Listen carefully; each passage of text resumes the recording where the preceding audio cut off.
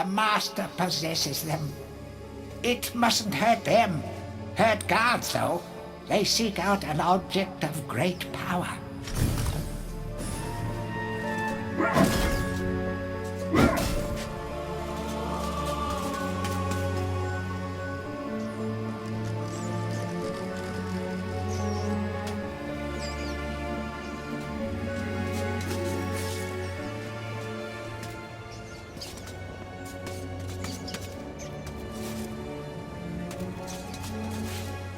A crucifix once stood here, but the mayor took it. Find a replacement and see how the church should really look.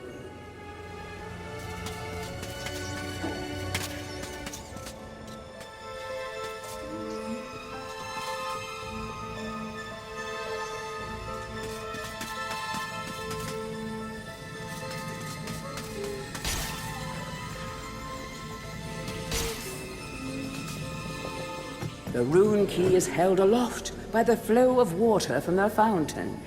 You may have to wait for the next drought.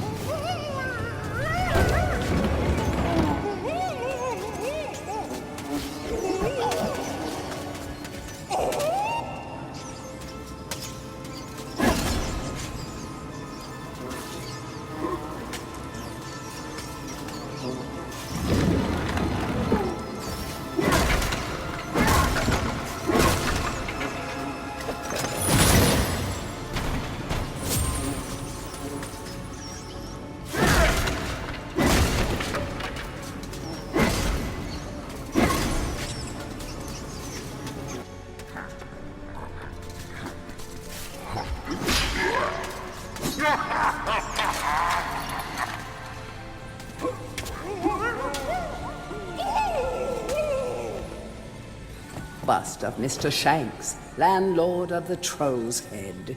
To clean the statue, lower the pedestal.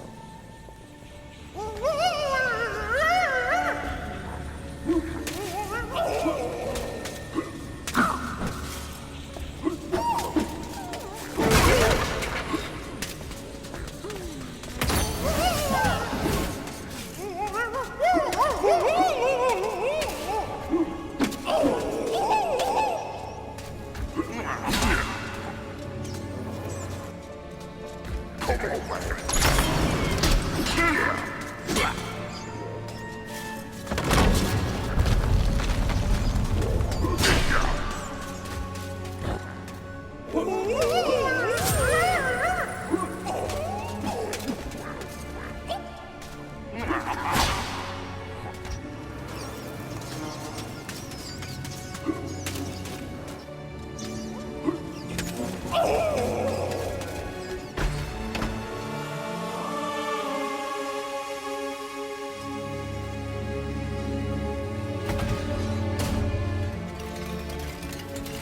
Hurry, comrades, tear this place apart. If we don't find the shadow artifact, Lord Zarek will have us mocking out the demons for the next millennium.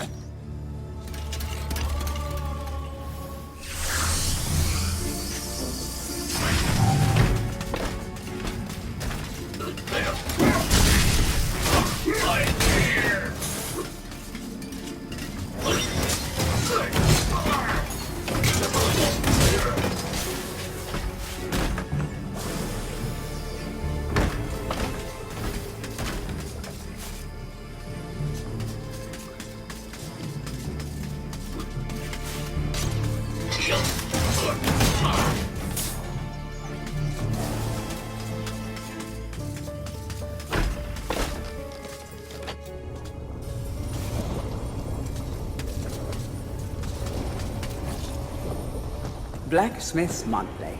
Old man Willie Green of Gallowstown was awarded Smithy of the Season by our readers. His outstanding casts have produced many intricate and hard-wearing iron goods and sculptures. Willie only uses the finest of metals in his work, and is particularly noted for his magnificent busts. Old man Willie was quoted as saying, "Aye, when I get pumping on me bellows, there's no stopping me. It's all in the rhythm, up and down, up and down. I've always been inspired by the stories of Stan your Iron Hewer, the greatest smithy there ever was."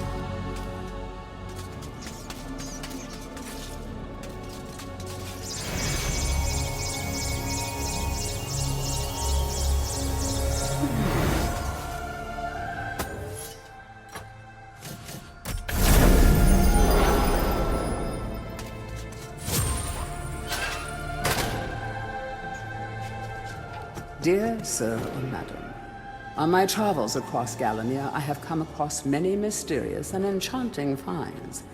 However, that which filled me with deepest dread was discovery of the tomb of the Shadow Demons. The key to their dank prison, the mysterious Shadow Artifact, is now in my possession. Yours fearfully, the Town Mayor.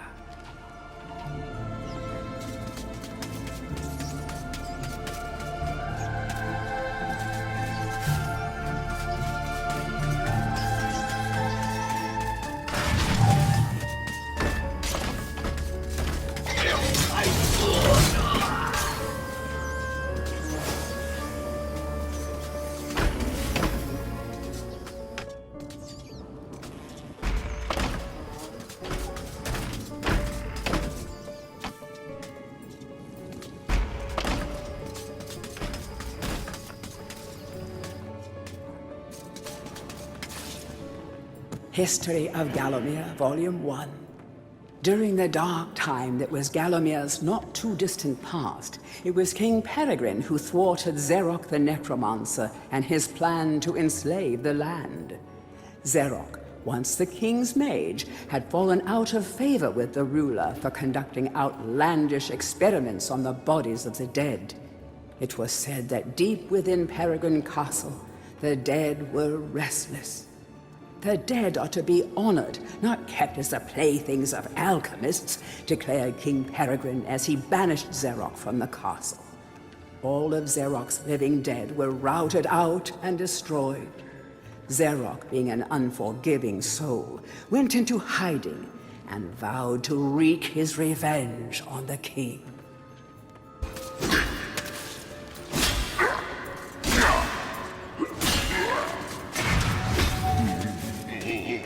History of Gallowmere, Volume 2.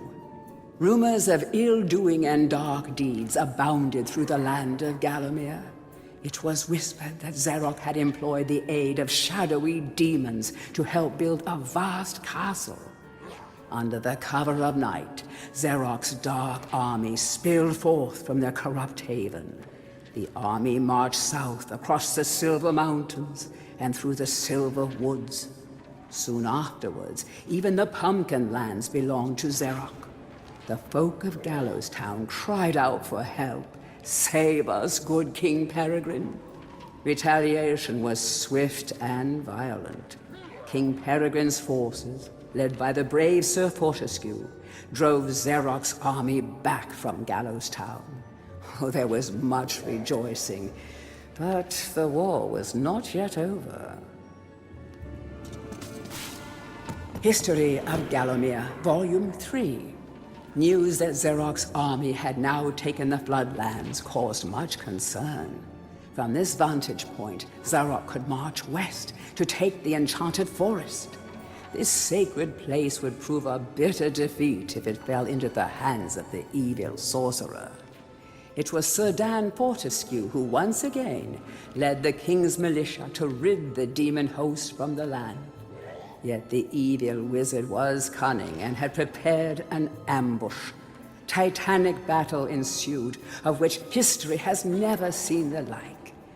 It is said that the day would have gone to Xeroc, but for the skill and valor of one man. Fortescue led the charge deep into the massed ranks of the undead, felling Xeroc's bodyguard, the fearful Lord Coddoc, and before finally succumbing to his own mortal wounds, slew the traitorous sorcerer with a mighty sweep of his sword. History of Gallowmere, Volume 4. The forces of evil were destroyed, but at a terrible price. None but a handful of the king's militia returned from that field. Gallowmere lost a whole generation of young men that day, including Canny Tim, the legendary crossbowman, and Fortescue's second-in-command, who fell in the first volley of arrows. Xeroc's body was never found, though if it lies unmourned in an unmarked grave, then no one in Gallowmere would shed a tear. The shadow demons that had fallen under Xeroc's banner were unnatural creatures that did not belong in the world of mortal men. The king declared that they be banished, entombed under the pure earth of the enchanted earth. Imprisoned within an impregnable box of the king's design, the demons were buried deep underground. Their tomb was sealed with a magical device that has since come to be known as the Shadow Artifact. Heroes from History, a retrospective. Chapter 1. In addition to being the strongest man who ever lived, Stanier Ironhewer was unsurpassed in his skill as a blacksmith. He was equally happy pounding on his anvil at home as he was pounding on someone's head in battle. It was said that his only fear was the end of the village smithy as the focus of manufacture in favor of more centralized units. As if. Chapter 2. Born a humble peasant to one of the nomadic tribes from the Eastlands, Bloodmanoth Skullcleaver gathered an army of horsemen and swept over half the civilized world. When he finally died, attempting a single-handed attack on a garrison in the north while armed only with a spike on his helmet, he was the richest and most powerful peasant of his day. Chapter 3. Carl Sterngard spent most of his formative years under siege at his family castle. With his impregnable magic shield, Sterngard's motto was, "The best form of attack is defense." Sadly, his shield couldn't protect him against poor eating habits, and he died during a post-battle feast while swallowing a large sausage he had failed to chew. Chapter 4. Truly the hero's hero, Woden the Mighty was fearless, single-minded, and uncompromising. Unbeaten in combat, he inspired raw fear in friends and enemies alike, not to mention in close family members and pets. Chapter 5. Trained from birth in all forms of combat, Imanzi Shongama was the warrior queen of a tribe of Amazons. The bold and the beautiful Shongama banished all males from her territory, except the handful she kept on to mow the lawns of her people. Chapter 6. A full-time mother and homemaker, Megwin Stormbinder had to defend her settlement from barbarian raiders while the menfolk were away on a hunting trip. She fought off repeated attacks, armed only with a pitchfork and a rolling pin, and with one arm holding her baby. Legend has it that the gods, impressed by her indomitable courage, intervened and added thunderbolts to her arsenal. She won the battle with a couple of bolts to spare on her husband when he finally returned. Chapter 7. Dirk Steadfast was a fearsome opponent thanks to his magic sword and a firmly held belief that only women defend themselves. Real men are always on the attack. He was a friend and contemporary of Karl Sterngard, and was with him even to the end. It was whilst Steadfast was explaining his views on Sterngard's shield during a feast that the latter had his tragic and inexplicable accident. Chapter 8.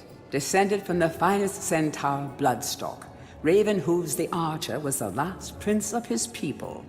A proud and haughty aristocrat, he was an accomplished hunter, sportsman, duelist, playboy, raconteur, and 3 times Derby winner. Chapter 9. Captain of the militia in the time of King Peregrine, Sir Daniel Fortescue found fame when he killed the renegade wizard Zerok. A career soldier raised in the royal household, he was adored by the men under his command, and renowned for his loyalty to Gallowmere. It was said that Fortescue was always destined for greatness. With his square jaw, steely gaze, and thick shock of hair as black as raven's wings, he looked every inch the hero. Tourist's Guide to Gallowmere, Part 1. The land of Gallowmere is a wondrous land of breathtaking sights and adventure. If it's beauty you are looking for, be sure to check out the sights of the Enchanted Forest. Scale the heights and see the nests of giant dragon birds. Seek out weird and wonderful plant life. Go ooh and ah at the sight of baby dragon toads splashing about in the crystal clear ponds. Why not take a walk through the Pumpkin Valley? Pumpkin is Gallowmere's favorite dish, and about now the valley is just bulging under the weight of young podlings awaiting harvest. Tourist Guide to Gallowmere, Part 2. If it's mystery you're looking for, then the seasoned adventurer should travel to the ruins of King Peregrine's castle. Yes, this is the fortress from which the fabled King Peregrine once hailed. It is said that the king's crown was lost in the dungeons below the castle, and that the ghost of the regent himself now haunts these cold stone passageways. Spooky. Why not take the swamps and seek out the mythical town of Mellowmead? This place was once said to be a place of fantastical arcane alchemy, but an age has passed since it was consumed by the murky swamps. Perhaps great treasure awaits any adventurer that can locate its watery resting place. To whom it may concern, I must make haste, for Zerok's men will be here within the hour. I have taken the crucifix from the church. It is the key to a key. I used the cross to make the attached cast. Then I had it destroyed. It is my hope that this cast falls into the hands of a just and good hero. Signed, the town mayor.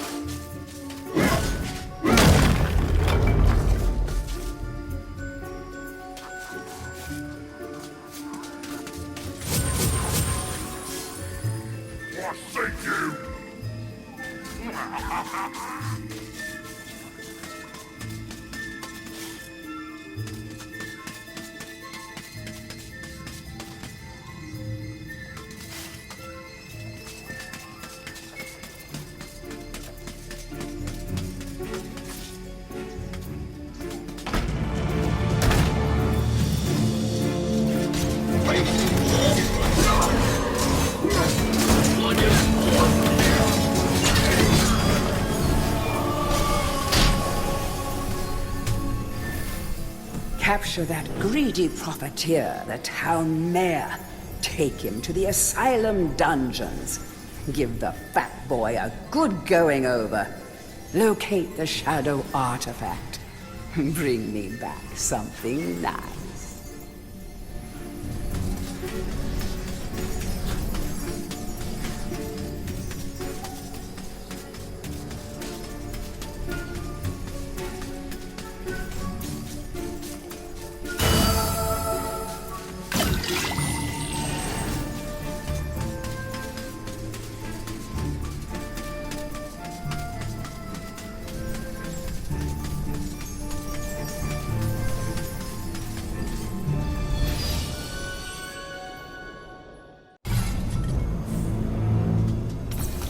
Back and forth like a supernatural yo-yo.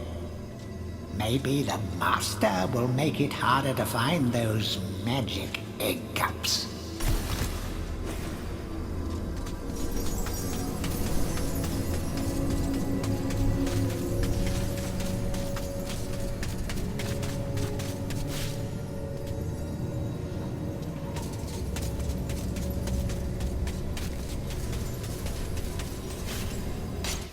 Herr Fortescue, you are back on the battlefield, yeah? This is good.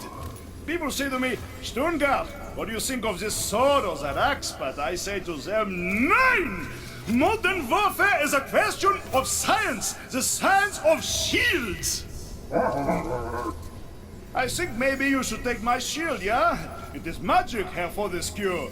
Some say it is better to have a magic sword than a magic shield, but I say to you that this is rubbish!